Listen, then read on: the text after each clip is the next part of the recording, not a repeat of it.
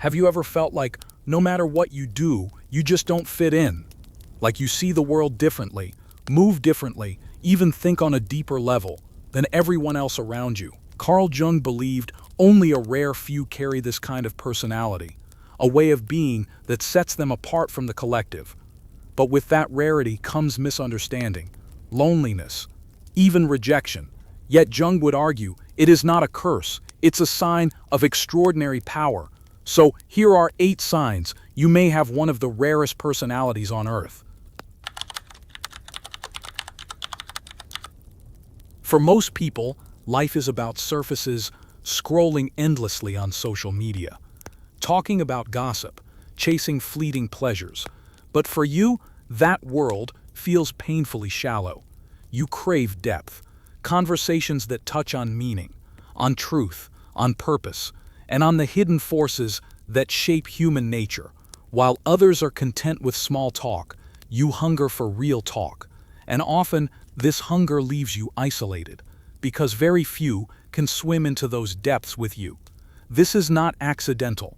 Jung believed the rare personality often carries the archetype of the seeker, a soul called to search for deeper meaning in a world that resists it. Pause here. Think about your own life. How many times have you felt too deep for others?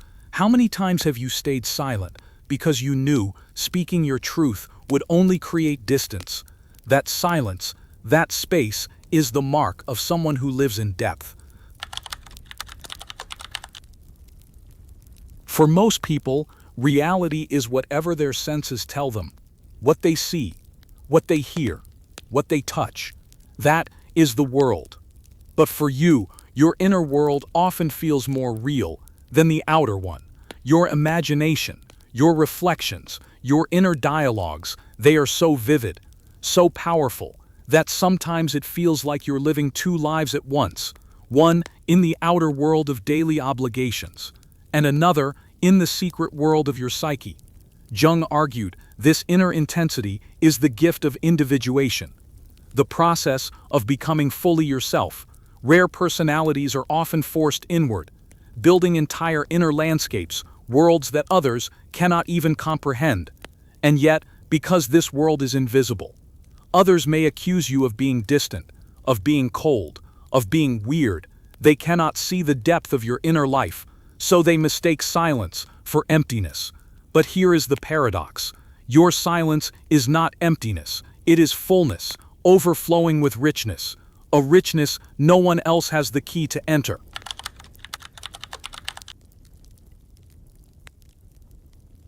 Let's be honest. Modern life is a masquerade. People wear masks of conformity, pretending to be more confident, more happy, more normal than they truly are. But if you have a rare personality, those masks feel unbearable. You may try wearing them, but deep down, you know, they don't fit. Jung believed rare individuals often have a heightened relationship with their authentic self. This means you feel a visceral resistance to falsehood, to pretending, to performing, to living a life scripted by others. And this comes at a cost. You may lose friends, you may lose jobs, you may even lose relationships, because you cannot live in the prison of pretense. But with every loss comes something greater: freedom. And freedom, Jung would say, is the beginning of individuation, the rarest journey a human being can walk. We've uncovered the first 3 signs: depth, inner richness, rejection of masks. Already, you can feel how this personality is not designed for mass acceptance, but for something far more dangerous and far more powerful. And these are only the beginning. In the next part, we'll dive even deeper into the traits that truly set apart the rarest souls, those who live on the edge of society, but closer to the heart of truth. You've already seen how living in depth, cultivating a rich inner world, and refusing the masks of society sets you apart. But the truth is, this path only grows more challenging as we continue. Carl Jung once said, "The privilege of a lifetime is to become who you truly are."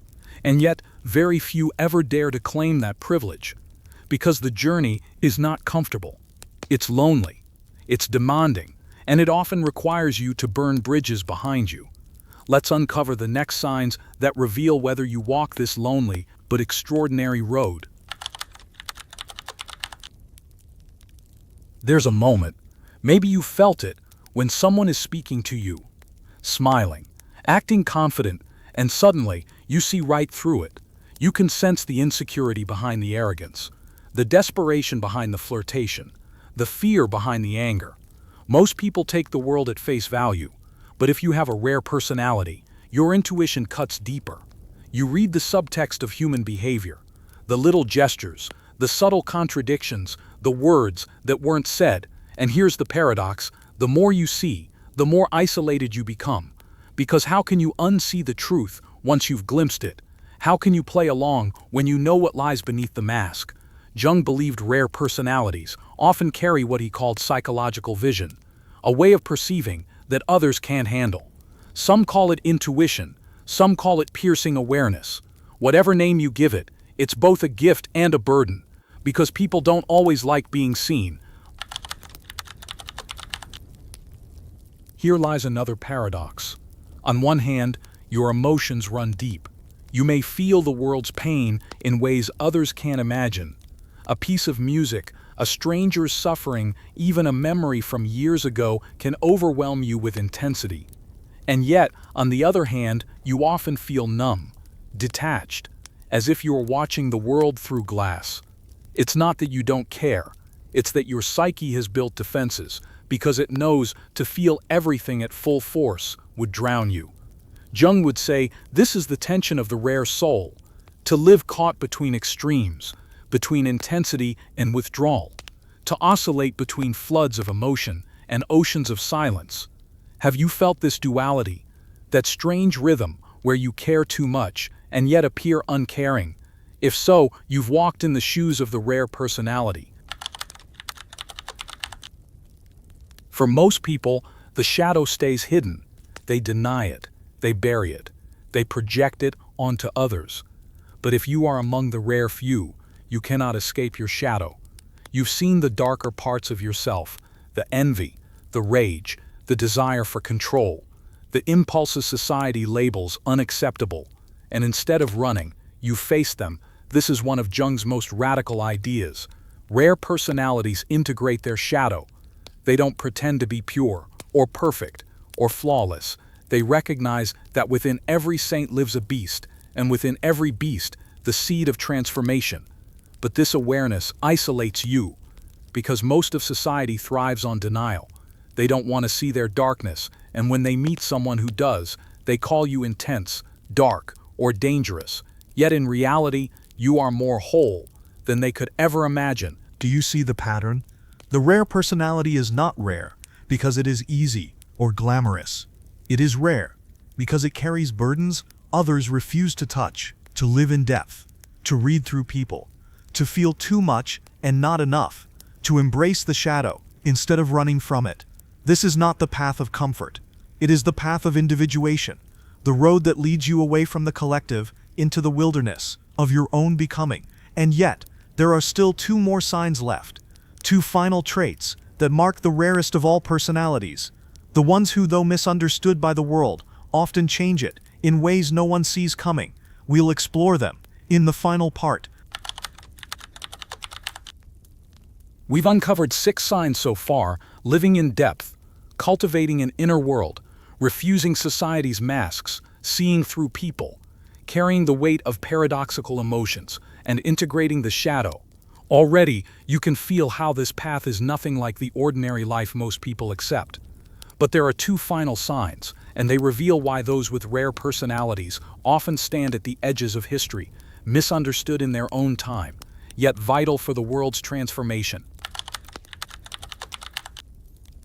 There is a strange magnetism that pulls you towards solitude. You crave silence, you crave space, crowds exhaust you, superficial chatter drains you. At times you may even feel that solitude is the only place you can truly breathe. And yet, solitude can cut deeply. There are nights when the silence feels unbearable, when you wonder if your path of independence will leave you forever unseen, forever unrecognized. This paradox, needing solitude but wrestling with its weight, is one of the clearest signs of a rare personality. Jung wrote that individuation requires a withdrawal from the herd, but he also acknowledged how heavy that withdrawal can feel. Because here is the truth, not everyone can follow you into solitude, and sometimes it feels like no one can. But solitude, when embraced, does not lead to emptiness, it leads to clarity. The rare soul learns that loneliness is not a curse, but a crucible. It burns away false connections and reveals who you truly are. So ask yourself, do you crave solitude even when it cuts? Do you feel both the freedom and the ache of standing apart? If so, this is the mark of a rare personality. Perhaps the rarest sign of all is this. You feel deep down that your life is not merely your own. Even when you don't know what it is, you sense a kind of destiny, an invisible weight pressing on your shoulders. While others chase comfort, you chase meaning. While others seek to belong, you feel compelled to become. Jung believed rare personalities are not just different for the sake of being different. They are different because they are tasked with carrying a new vision into the world. This vision may not always be recognized. In fact, it is often mocked, resisted, ignored. But the call remains. It whispers in your dreams. It pulls you into books, into questions, into struggles most people would never dare face, and no matter how much you try to silence it, the calling always returns. This is why so many rare souls are both burdened and blessed. Burdened with isolation, blessed with vision, and history shows us something astonishing. Many of the world's greatest thinkers, artists, rebels, and reformers carried precisely this kind of rare personality. They were dismissed as strange, misunderstood, even hated. But without them, the world would never have changed. So here we are, 8 signs, 8 traits that mark the rarest of personalities described by Carl Jung. You crave depth, not surfaces. You live more vividly in your inner world. You cannot tolerate false masks. You see through people too clearly. You feel both too much and not enough. You face your shadow consciously. You are pulled towards solitude even as it wounds you, and you carry a calling larger than yourself. If these resonate with you, if you feel them echoing in your bones, then understand this. Your difference is not a flaw. It is the rarest gift. The world may not always understand you. It may even resist you. But Jung would argue this is not proof that you are broken. It is proof that you are rare. And in a world drowning in conformity, in noise, in endless distraction, rare is exactly what we need. So if you walk this path, walk it with courage, walk it with strength, and above all, walk it knowing this truth. The rarest souls may be misunderstood today, but they are the ones who light the way for tomorrow.